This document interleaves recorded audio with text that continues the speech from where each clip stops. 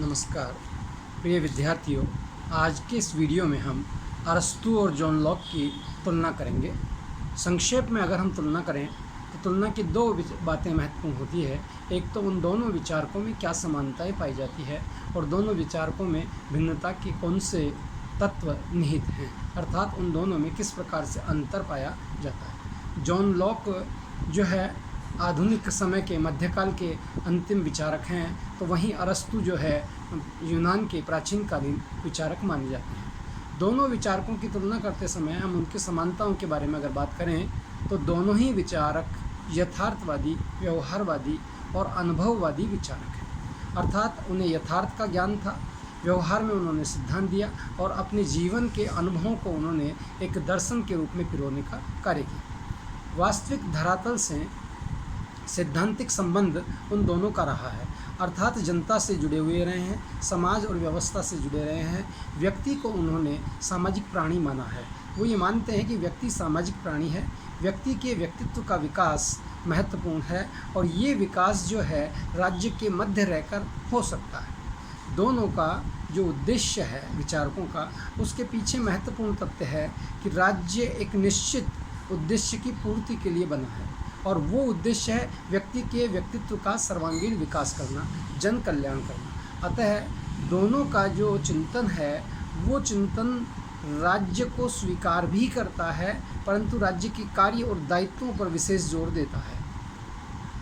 दोनों ही विचारक बहुमत के सिद्धांत पर विश्वास करते हैं, अर्थात बहुमत की जो बात होगी वो सही होगी और बहुमत के आधार पर निर्णय लिए जाने चाहिए और बहुमत के आधार पर जनता की सर्वाधिक हितों का ध्यान रखा जाना चाहिए। मनुष्य स्वभाव से असमान होते हैं, ये भी उनकी मान्यता है कि सभी व्यक्ति समान नहीं होते। जिनमें प्रशासनिक क्षमता होती है वो राज्य और प्रशासन का कार्य करने के लिए होते हैं, जिनमें बौद्धिक क्षमता का अभाव होता है वे सामाजिक कार्य जैसे खेती है, कृषि है, शिल्प है, इस प्रकार का कार्य करते हैं। जिसमें आर्थिक विकास के तत्व निहित होते हैं या जिस पर अर्थ के प्रति लगाव रहता है वे लोग व्यापार वाणिज्य करते हैं। अर्थात हर व्यक्ति के व्यक्तित्व की विशेषताएं, गुण और उसके कार्य सब अलग होते हैं, चाहे उनकी परिस्थितियां समान ही क्यों न हो।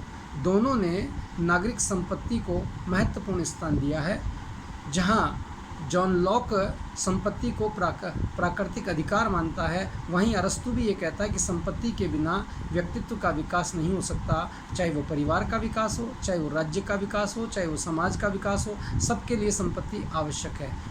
नेक्स्ट अगर हम विशेषता समानता की करें तो हम ये कहेंगे कि दोनों विचारक क्रांति के विचार देते हैं, पर जहाँ क्रांति का एक विशद विवेचन जॉन लॉक के स्थान पर अरस्तु करते हैं, परंतु जॉन लॉक विस्तृत विवेचन नहीं करते बल्कि क्रांति का समर्थन करते हैं और वो ये भी कहते हैं कि जनता को क्रांति करने का पूर्ण अधिकार है। जबकि अरस्तु क्रांतियों के कारणों पर प्रकाश डालते हैं, क्रांति क्या है वो बताते हैं कि शासन व्यवस्था में कैसे क्रांति होती है, उनसे कैसे बचा जा सकता है। इसलिए क्रांति के विस्तृत विवेचना जो है अरस्तु के चिंतन में पाई जाती है, परंतु जॉन लॉक के चिंतन में जनता को क्रांति करने का अधिकार दिया जाता है। इसलिए क्रांति की जब हम बात करें तो क्रांति के सिद्धांतों का विश्लेषण ही नहीं करते जॉन लॉक, बल्कि क्रांति करने का अधिकार भी प्रदान करते हैं। दोनों ही विचारक नारियों की उपेक्षा करते हैं और नारी को समान स्वीकार नहीं करते, नागरिकता के अधिकार से भी उन्हें वंचित रखने की बात करते हैं और नारी की असमानता, नारी को अधिकारों से वंचित रखना एक ही व्यक्ति नहीं, दोनों ही विचारकों के चिंतन में दिखाई देता है, उनके कार्य और पद्धति में भी दिखाई दिया है।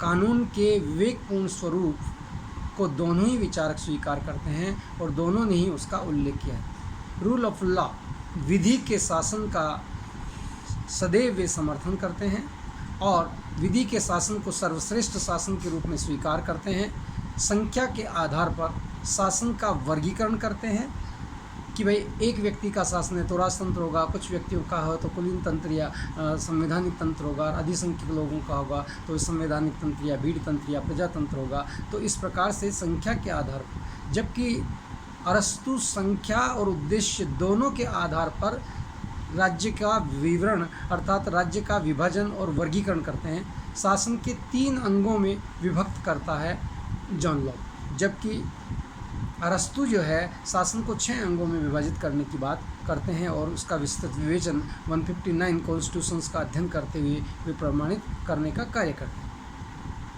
शक्ति पृथक्करण के सिद्धांत के विकास के ओर अपना ध्यान केंद्रित रखते हैं और ऐसा करके शक्ति पृथक्करण सिद्धांत का विकास का मार्ग प्रशस्त होता है। जैसा जॉन लॉक मानते हैं कि शक्तियों का एक स्थान पर केंद्रित हो जाना गलत है, उसके स्थान पर शक्तियों का विभाजन किया जाना ठीक है। ऐसे ये पैतृक शक्ति को राजनीतिक शक्ति से पृथक करते हैं कि पिता की शक्ति और पुत्र की शक्ति, पिता की संपत्ति, पुत्र की संपत्ति। ये जो राजनीतिक शक्ति है वो पॉलिटिकली पावर जो है उसमें और एक और पिता की अर्थात पिता से विरासत में मिली शक्ति, दोनों शक्तियों में अंतर करते हैं। दोनों पूर्ण परिवर्तनवादी विचारक नहीं है। जो भी व्यवस्था है उसमें सुधार पर जोर देते हैं, संशोधन की बात करते हैं, संशोधन के माध्यम से परिवर्तन को स्वीकार करते हैं, परंतु एक व्यवस्था को ध्वस्त कर दूसरी व्यवस्था का निर्माण करने के विचार वे नहीं देना चाहते हैं और उन्होंने ऐसे विचार दिए भी नहीं हैं। प्लेटो के समान वो क्रांतिकारी नहीं है, मार्क्स के समान वो परिवर्तनकारी और क्रांति के उद्वेता नहीं है। अगर उनकी असमानताओं की बात करें तो राज्य स्वाभाविक है, ऐसा प्लेटो मानते हैं, जबकि जॉन लॉक ये कहते हैं कि प्राकृतिक अवस्था में व्यक्तियों ने आपस में समझौता करके राज्य का जन्म किया है, अर्थात राज्य स्वाभाविक संस्था न होकर व्यक्तियों द्वारा निर्मित संस्था है। अर्थात राज्य को जॉन लॉक अलग दृष्टि से देखते हैं और अरस्तु अलग दृष्टि से देखते हैं, परंतु वो राज्य का जो कार्य है उसको सकारात्मक मानते हैं और अरस्तु जो है राज्य के कार्य को नकारात्मकता की ओर न ले जाकर के सकारात्मक कार्य अर्थात कल्याणकारी वेलफेयर स्टेट की बात तो करता है, परंतु यहाँ जॉन लॉक सकारात्मक होते हुए भी नकारात्मकता के तत्व रखते हैं। वो कहते हैं कि राज्य को व्यक्ति के मौलिक जो अधिकार हैं उन अधिकारों में हस्तक्षेप या उन्हें समाप्त करने का कार्य नहीं करना चाहिए। इसका अर्थ हुआ कि राज्य का एक नकारात्मक अर्थात स्वरूप भी दिखाई देता है। अरस्तु राज्य का उद्देश्य व्यक्ति में सद्गुणों का विकास करना मानते हैं, जबकि जॉन लॉक ये कहते हैं कि किसी भी व्यक्ति के चरित्र का उत्थान राज्य नहीं कर सकता। अपना चारित्रिक विकास व्यक्ति स्वयं करता है, सामाजिक संस्थाएं उसमें योगदान देती है, परंतु कोई राज्य नामक संस्था व्यक्ति के चरित्र निर्माण का कार्य करने में समर्थ नहीं है।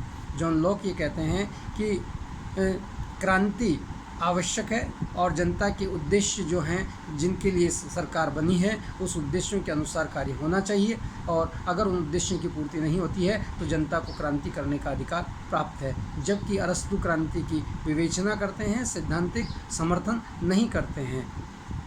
शासन के वर्गीकरण के अगर आधार पर देखें तो भी जॉन लॉक और अरस्तु में अंतर दिखाई देता है।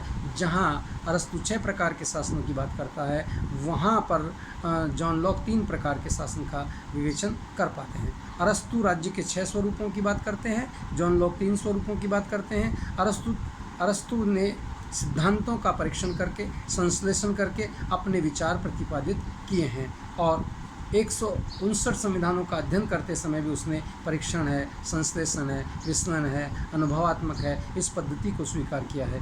जबकि जॉन लॉक ऐसा न विश्लेषण करते हैं, न परीक्षण करते हैं और न ही किसी प्रकार के नूतन सिद्धांत प्रतिपादित करते हैं। सिर्फ मान्यताओं के आधार पर संश्लेषण और विश्लेषण की बात को स्वीकार कर जाते हैं कि ये मान्यताएं हैं और ऐसा रहा है तो ये बात सही ही होगी। इस प्रकार से अरस्तु और लॉक में बहुत बड़ा अंतर दिखाई देता है। अरस्तु व्यवहारवादी, सिद्धांतवादी दार्शनिक हैं, तो जॉन लॉक राजनीतिक, जिसे हम कहें पॉलिटिकल पेंप्योटर लेटर जिसे हम कहें, अर्थात राजनीतिक पत्रकार हैं।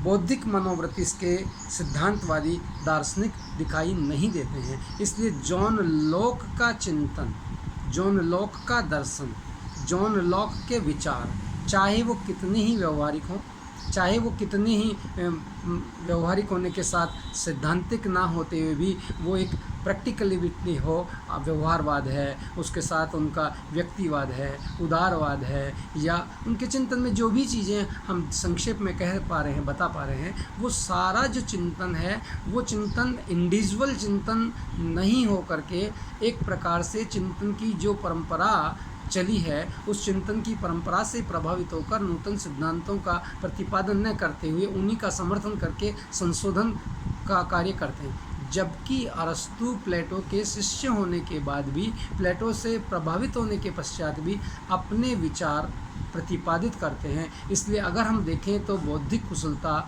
या हम कहें कि श्रेष्ठ दार्शनिक अरस्तु दिखाई देते हैं बनिस्पत जॉन लॉक के, जबकि आधुनिक युग जॉन लॉक के उदारवादी चिंतन को स्वीकार अधिक करता है बनिस्पत अरस्तु के। अरस्तु यथार्थवादी है, जॉन लॉक भी यथार्थवादी हैं, परंतु फिर भी उन दोनों विचारकों में अंतर पाया जाता है।